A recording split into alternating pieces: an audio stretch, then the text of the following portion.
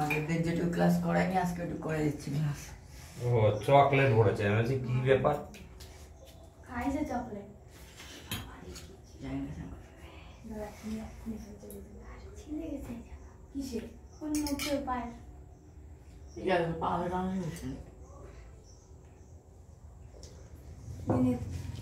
না এবার ধরো। হয়ে গেলাম। এবার ধরো। গানটা চালাতে হবে তো। জনি তোরটাতে ধরে কেন দিয়ে